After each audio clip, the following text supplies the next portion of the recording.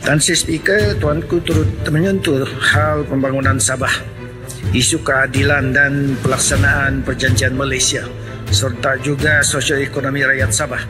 Tetapi sehingga kini pelaksanaan MA63 masih belum selesai. Saya bertanya, adakah MA63 ini masih relevan? Kerana sudah 60 tahun berlalu, namun MA63 masih lagi belum selesai. Kenapa? Sejarah telah menunjukkan bahawa Malaya telah menjajah Sabah selama 55 tahun dengan cara halus, seperti tidak melaksanakan MA63, meminggirkan Sabah daripada pembangunan, buat population engineering melalui pemberian IC kepada pendatang tanpa izin yang tidak layak pun dan menjadi pengundi dan penentu kerajaan di Sabah. Minyak dan gas Sabah diambil dan royalti tidak dibayar. Tuan Speaker, mereka juga membawa parti-parti Malaya ke Sabah.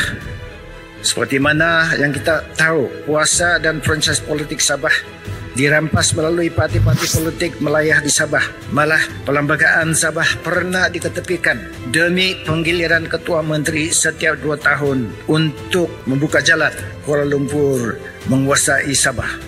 Bila mana DUN Sabah dan kursi parlimen di Sabah dikuasai oleh parti-parti Malaya seperti mana yang telah berlaku sebelum ini, maka hilanglah otonomi dan kemerdekaan Sabah. Ini merupakan proksi kolonialisme. Sepatutnya kursi DUN dan Parlimen Sabah direservkan kepada parti-parti tempatan. Musim itulah juga kehilangan kuasa politik dan menjadi Sabah mundur dan miskin dan tidak selamat. MA63, hak-hak Sabah dalam perlembagaan tidak boleh disuarakan pada waktu itu.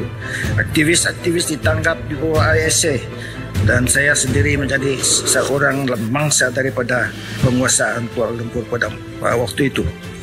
Musim itu juga DUN di Sabah ditawarkan untuk menyeberang ke parti lain dan juga menawarkan jawatan Ketua Menteri jika akur kepada kemahuan Kuala Lumpur. Dan saya pernah ditawarkan juga, tetapi saya tolak kerana saya tidak mau menjadi boneka. Saya mau dipilih sebagai Ketua Menteri, bukan dilantik seperti mana kehendak Kuala Lumpur.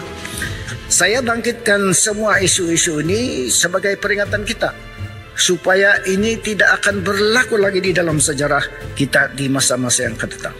Ini disebabkan akibatnya Sabah menjadi negeri termiskin walaupun negeri kaya.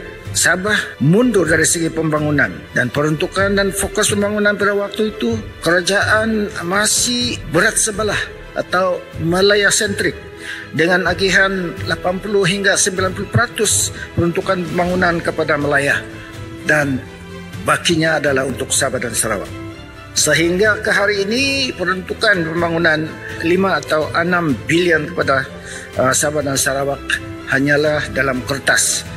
Kerana bila mana peruntukan itu tidak habis, dia akan ditarik balik. Saya harap ini akan berubah dan peruntukan itu akan dimasukkan ke akaun amanah pembangunan Sabah dan Sarawak masing-masing. Sehingga ke hari ini juga peruntukan pembangunan dan projek pembangunan tidak dilayan oleh kerajaan pusat. Misalnya pembinaan Lebuh Raya Pan Borneo dijanji sejak tahun 90-an, tetapi hingga kini masih belum siap. Di Sabah tahun ini baru mahu keluar tender untuk 19 package Pan Borneo. Kini kita sudah masuk ke era teknologi moden, artificial intelligence dan sebagainya, dan kerajaan perpaduan madani telah menjanjikan harapan reformasi, keadilan serta pelaksanaan perjanjian Malaysia. Oleh itu, saya pohon kerajaan melaksanakan perjanjian, melaksanakan perubahan yang lebih positif, yang lebih adil. Maka itu, Tan Sri Speaker, saya cadangkan beberapa tindakan yang harus diambil kira oleh kerajaan yang ada sekarang. Pertama sekali, laksanakan perjanjian Malaysia dengan sepenuhnya. Yang kedua, hak hasil bersih 40% haruslah dibayar dengan serta-merta, bukan mengumpan dengan 300 juta sahaja bersama hak kewangan yang lain seperti import duty ke atas petroleum dan export duty ke atas petroleum juga. Sekiranya langkah-langkah ini diambil bukan sahaja membantu melonjakkan ekonomi Sabah dan Sarawak dan negeri-negeri pengeluar minyak, tetapi juga meningkatkan pendapatan dan kesejahteraan rakyat. Tuan Speaker, saya tidak mau dengar lagi, rakyat tidak mau dengar lagi alasan hak 40% tidak dikembalikan hanya kerana tidak ada duit. Sebab di manakah duit yang selama 50 tahun ini, kewangan yang belum dibayar? Sabah memerlukan pembangunan yang berbilion-bilion. Sabah masih tidak cukup air, listrik dan jalan raya. Seperti mana kalau kita bandingkan jalan raya di Sabah, Sarawak masih lagi gravel ada yang berhabuk, sedangkan di Malayah jalan raya sudah berlorong-lorong, bertingkat-tingkat.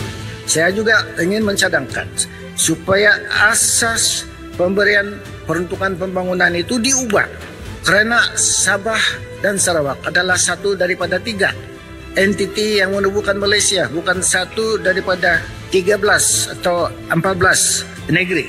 Saya juga ingin mencadangkan supaya kuota 35% kursi parlimen untuk Sabah dan Sarawak dikembalikan untuk melindungi hak-hak Sabah dalam perlembagaan, seperti mana yang diputuskan dan diusulkan oleh Dewan Undangan masing-masing pada tahun 1962. Saya juga mencadangkan supaya hak franchise politik Sabah dan Sarawak dihormati.